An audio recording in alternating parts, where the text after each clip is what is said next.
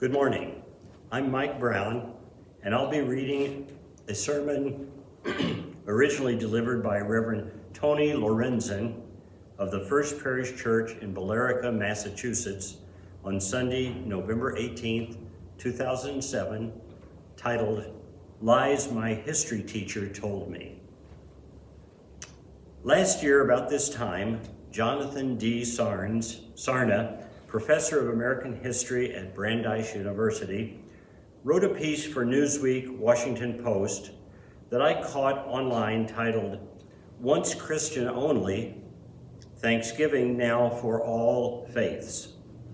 Professor Sarna wrote, "How can a good Jew celebrate Thanksgiving?" a fervently Orthodox Jew asked me some years ago.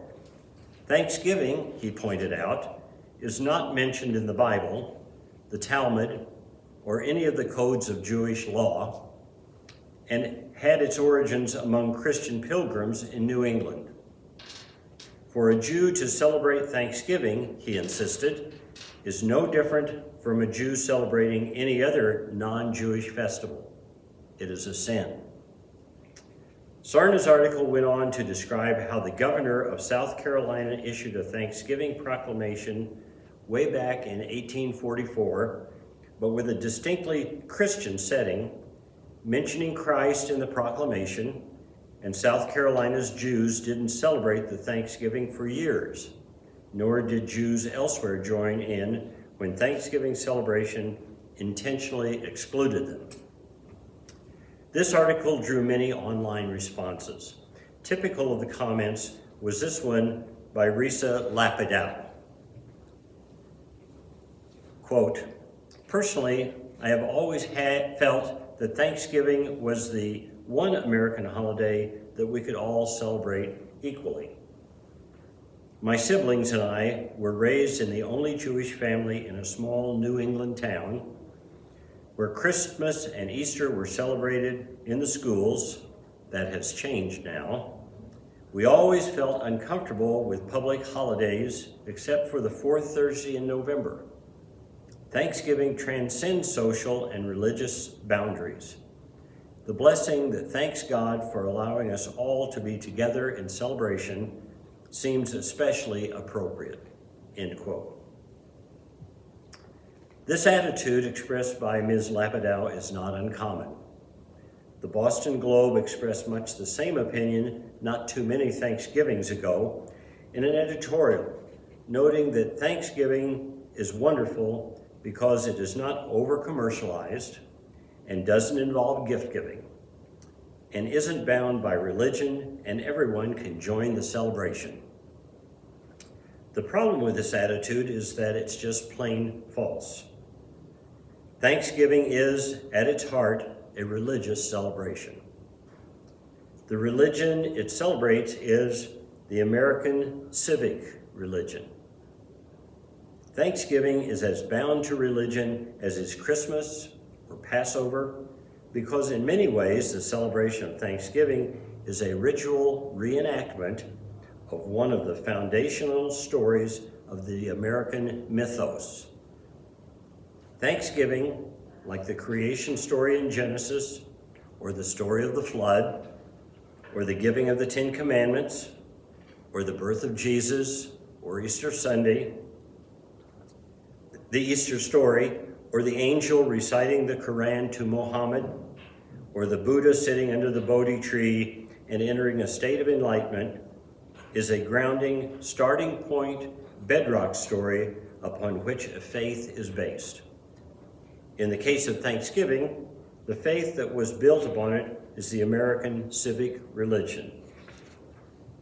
The Revolution, the Constitution, the right to vote, democracy, the Stars and Stripes, the Bald Eagle, the White House, Oh Say Can You See, all built upon Plymouth Rock. The cornerstone the builders did not reject. In his book, Lies My Teacher Told Me, Everything Your American History Book Got Wrong, author James W. Lowen points out that Thanksgiving dinner is a ritual with all the characteristics Mircea Eliade assigns to the ritual observances of origin myth. Number one, it constitutes the history of the acts of the founders, the supernaturals. Number two, it is considered to be true. Number three, it tells how an institution came into existence. Number four, in performing the ritual associated with the myth, one experiences knowledge of the origin and claims one's patriarchy. Number five, thus one lives the myth as a religion. Lowen notes that it is the job of civil religions to hold society together, according to Robert Belia. Even when the founding stories are myths, lies, and half-truths, it is more important that the national religion be upheld than to question the suspect theology holding it up. There is no historical evidence for the Puritan separatists, who never called themselves pilgrims, landed at Plymouth Rock. They first landed at what is now Provincetown, and there is considerable debate about whether or not they ever intended to actually aim for Virginia, which was supposed to be their destination. When they came ashore at what is now Plymouth, there were rocks there, but according to Nathaniel P. Philbrick in his book Mayflower, the rock now known as Plymouth Rock wasn't identified as the landing place until 1741. By then, 94-year-old Thomas Faunce, the son of a Mayflower passenger. The rock has since been moved into town and back to the shoreline. Where were the Indians when the Mayflower arrived? The Puritan separatists came ashore onto territory called the Dawn Land by its original inhabitants, the Wampanoag, members of a large ethnic linguistic group, the Massachusetts. As a group, the Massachusetts who lived along the coastal region were called people of the first light. But where were they when the pilgrims waited ashore at Plymouth? They were already dead. The town we know as Plymouth was called Patuxet by the Wampanoag. It was a large village of thousands of people.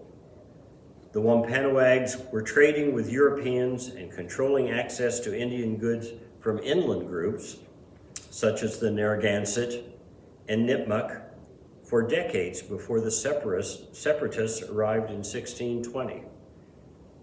All the more sad for them because this contact brought with it contact not only with Europeans, but with European germs, including smallpox and influenza.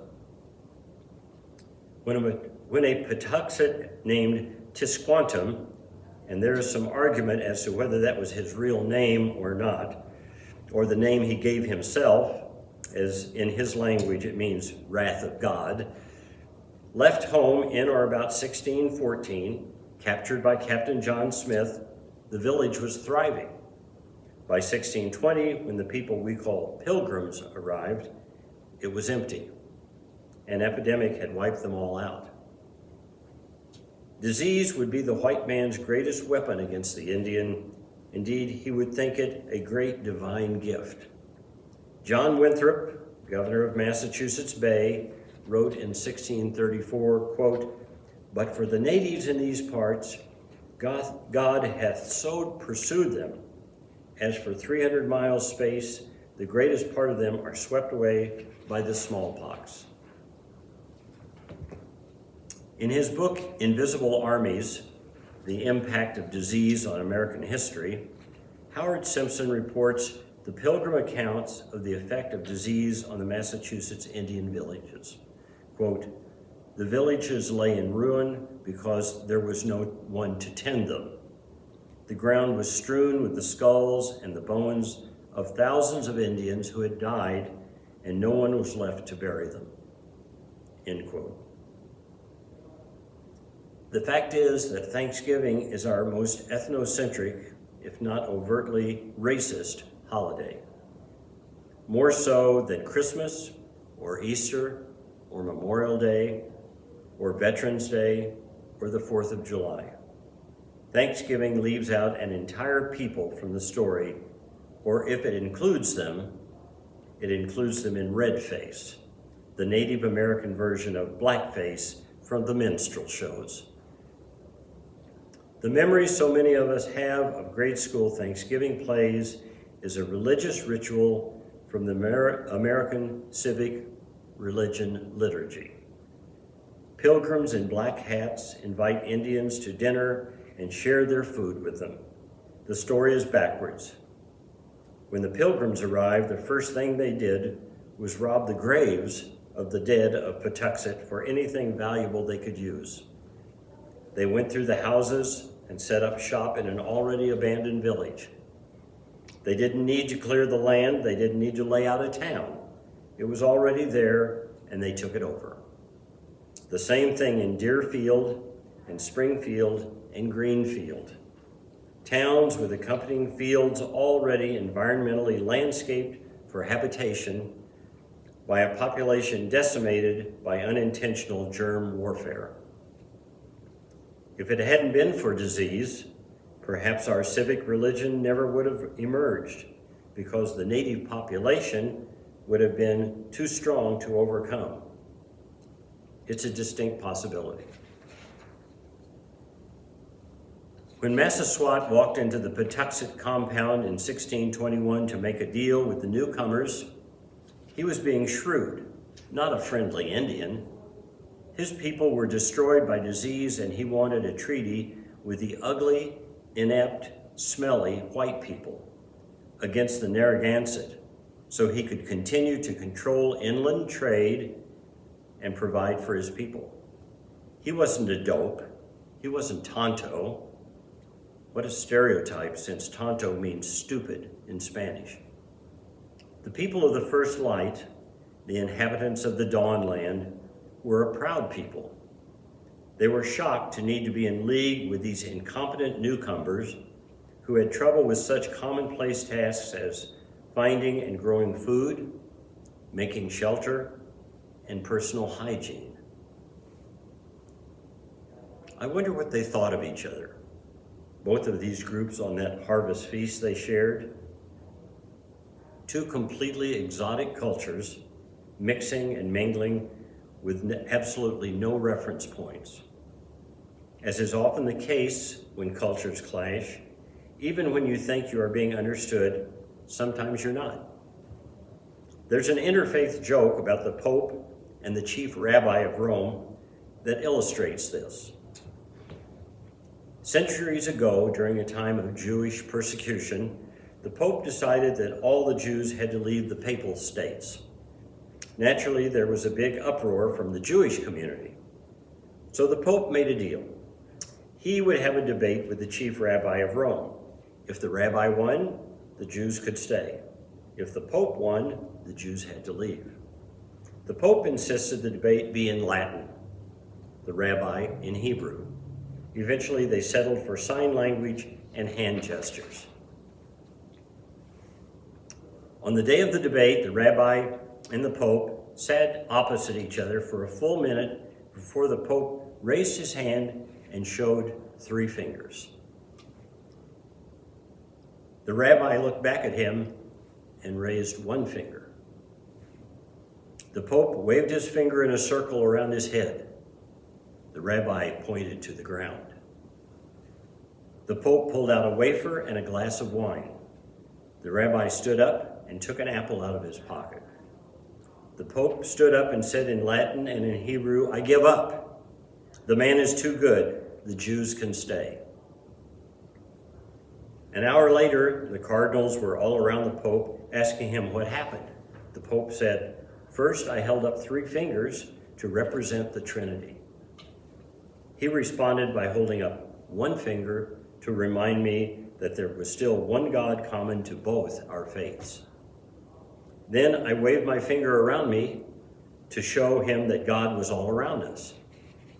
He responded by pointing to the ground and showing that God was also right here with us. I pulled out the wine and wafer to show him that God absolves us from our sins. He pulled out an apple to remind me of the original sin.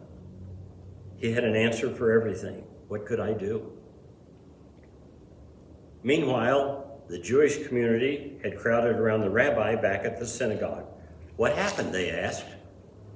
Well, said the rabbi, first he said to me that the Jews had 3 days to get out of here. I told him that not one of us was leaving. Then he told me that this whole city would be cleared of Jews. I let him know that we were staying right here. And then, asked a woman, I don't know, said the rabbi. He took out his lunch and I took out mine and he gave up. This joke is an excellent example of how our cultural and religious assumptions hold us captive. The Pope and the rabbi can't understand each other, within the limits of the joke anyway, because they can't speak each other's language.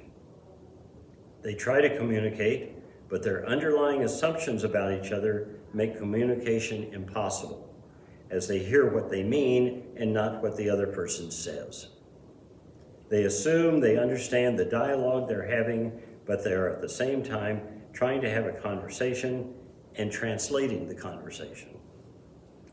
This is what happened with not only the Pilgrim contact with Native America, but all the subsequent contact with American Indians and white people, as promises were made, but broken by white people who then took all the land and erased the defeated people from the national history as best they could.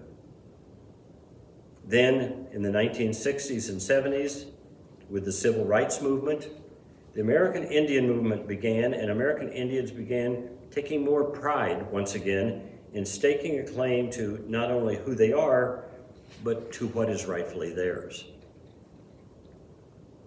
The organizers of the Plymouth community's 350th anniversary celebration of the landing at Plymouth thought it would be nice to invite a friendly Indian to take part in the ceremony, so they asked a local Wampanoag leader named Frank James to write something and read it for the occasion on September 20th, 1970.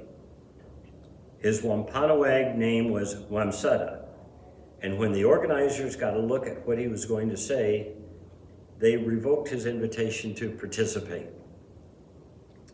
That Thanksgiving in 1970 marked the first year of the Wampanoag gathered on Coles Hill above Plymouth Rock for a National Day of Mourning. This year will be the 37th National Day of Mourning for the American Indian. Thanksgiving is not something to celebrate for the Wampanoag and other American Indian groups. It marks the beginning of the end of their culture, their language, and their people. Yet, I want to celebrate Thanksgiving. I just don't want to celebrate the ritual reenactment of the Pilgrim's first year harvest at Plymouth. Giving thanks is good for the soul, and I want to give thanks. Thanksgiving festivals, especially fall harvest festivals, were celebrated by the native peoples of the land, by the Massachusetts.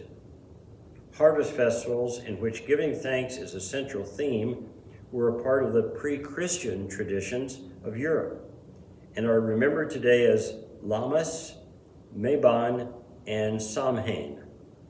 The Jewish tradition celebrates Sukkot, the Festival of Booths, and Passover, a true Jewish Thanksgiving. The Christian rite of communion, called Eucharist, gets its name from the Greek word Eucharisto, to give thanks. I want to give thanks.